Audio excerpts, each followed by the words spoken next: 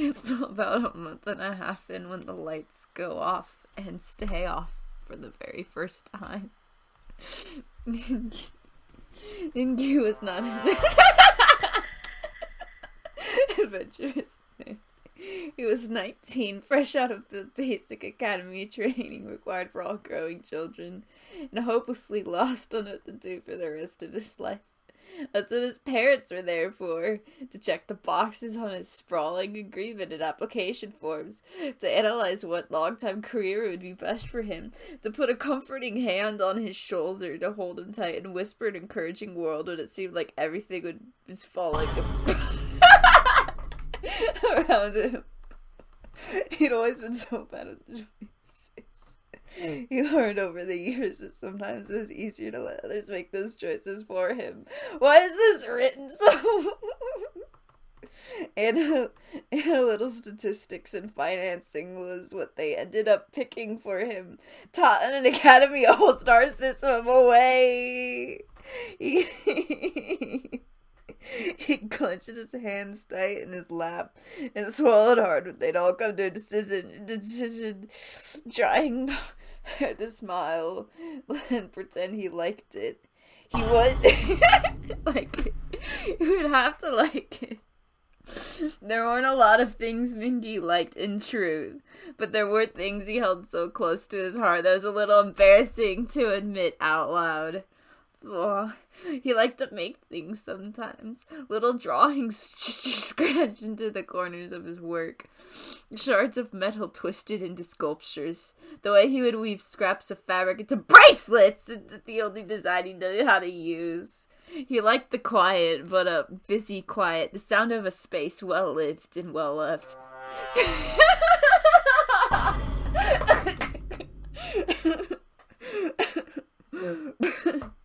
Maybe that was why he loved music so much. It was one of the only things that felt right sometimes, and that he's something he'd never let anyone know. So he'd spend a season on a spaceship, working a base-level maintenance job, in hopes of having saved up enough to pay the tuition for his first semester at the academy.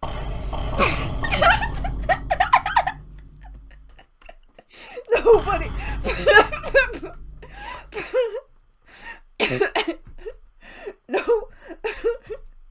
Nobody would ever know he'd thought about wanting other things that weren't secure and weren't solid and weren't safe.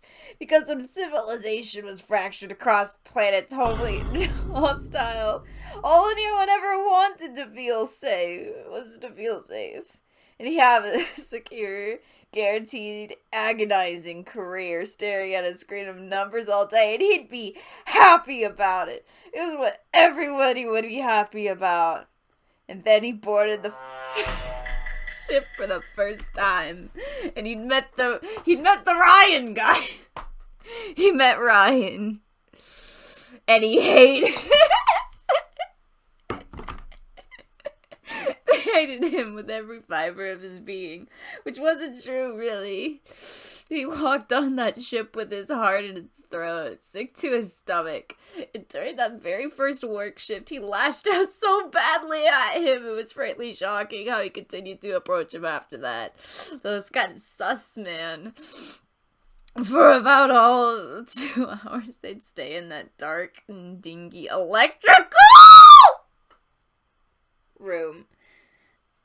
Mingy had been able to hear every spark and crackle from the aging wires.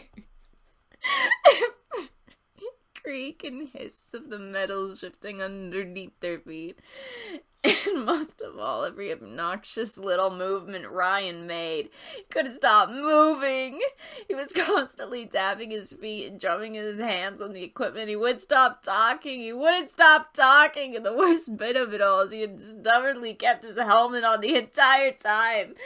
So even when he did say something worthwhile, he could barely...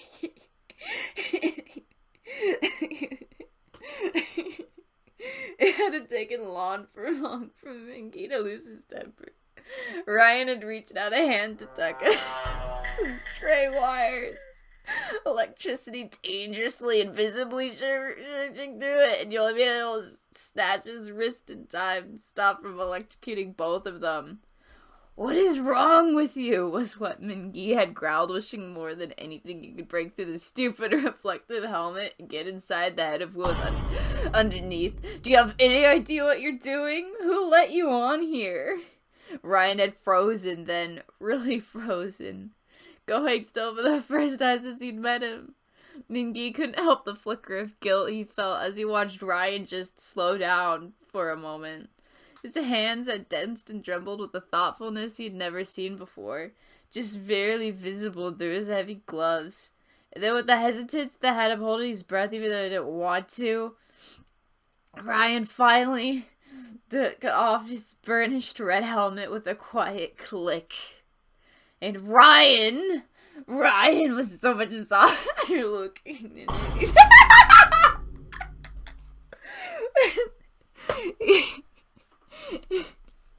he could have expected. With wild and fluffy hair and thoughtful brown eyes and angular face. He was wearing glasses somehow, the glossy red frames catching the dim light of the electrical sector as he blinked up at him slowly like it was for the first time. For a moment, he just sat there and stared, his breathing just so slightly off in a way that told him he wasn't fully alright.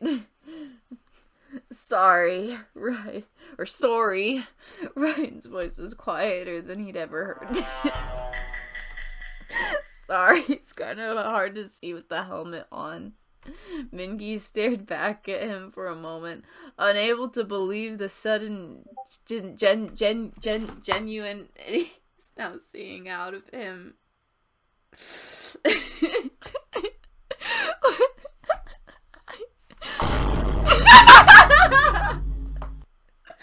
Losing my mind.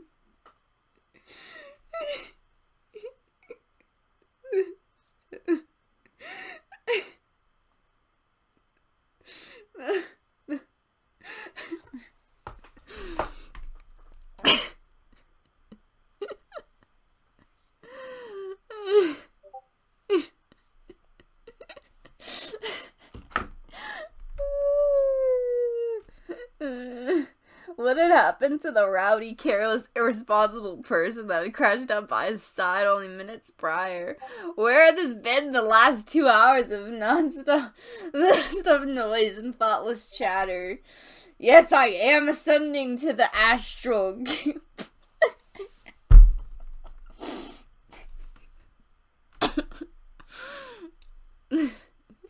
But it was real. That was the part that shocked him the most in the end. The look of genuine guilt and apologeticness on Ryan's soft face was real. Suddenly, the irritation Min-gi had been harboring over the duration of his first shift started to fade away. "Well, then why don't you just keep it off?" he finally said in return, giving Ryan a loose and meaningless gesture. Like, you only have to keep it on while you're walking between sectors. And only while you're on shift. Only once you settle down for your work for the day, you're allowed to take it off. Ryan shrugged a little, letting out a huff of irritation. I don't know, it's just stupid, I guess. I'm used to it, so it doesn't bother me. And he could easily believe it, so easily. For that moment, he considered just leaving it at that and walking away from the situation in a slightly better mood than before. But for some reason, some awful, horrible, impulsive reason that would have Min-gi feeling sick to his stomach for hours afterward, he looked Ryan in the eye.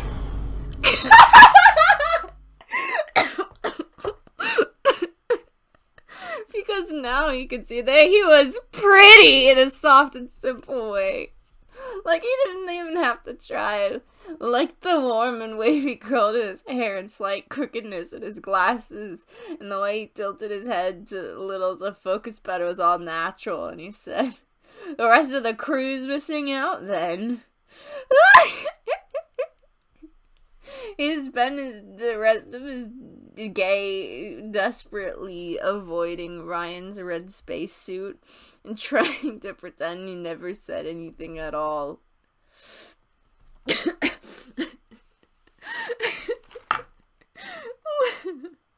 Why is it so good?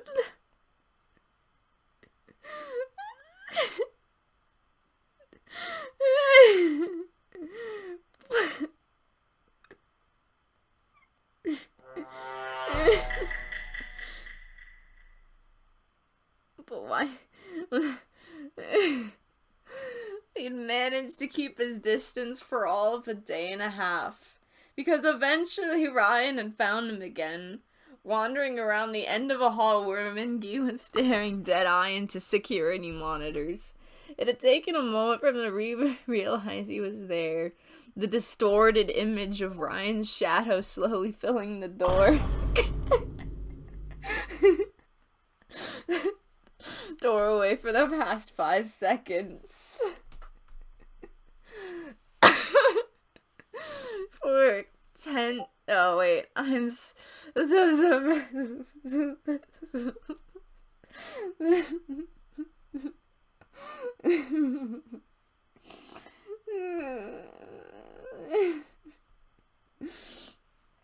And Mingy irritatedly looked up and almost jumped out of his skin.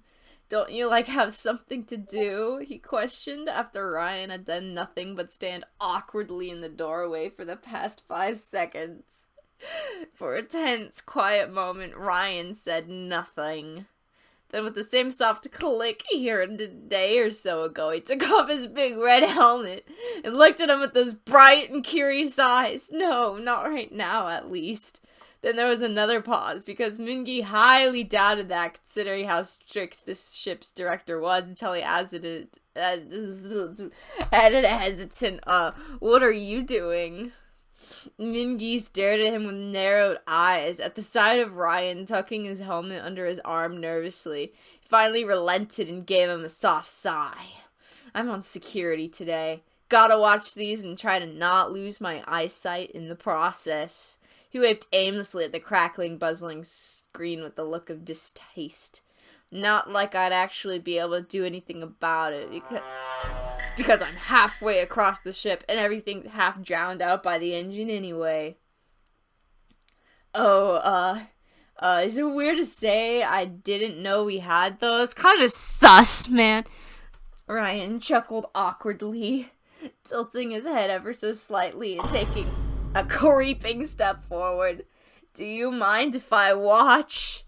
"Watch your back, Min." And he could have said no. He should have said no, frankly, because there's no way Ryan didn't have something to be working on right now, and Mingy knew there'd be nothing but distract him, and there's still a part of him he couldn't believe Ryan wanted anything to do with him again, but he was so bored right now, and Ryan was giving him that same thoughtful look he had in the electrical sector, like he really and genuinely cared about what he was doing, like he really and genuinely cared about him.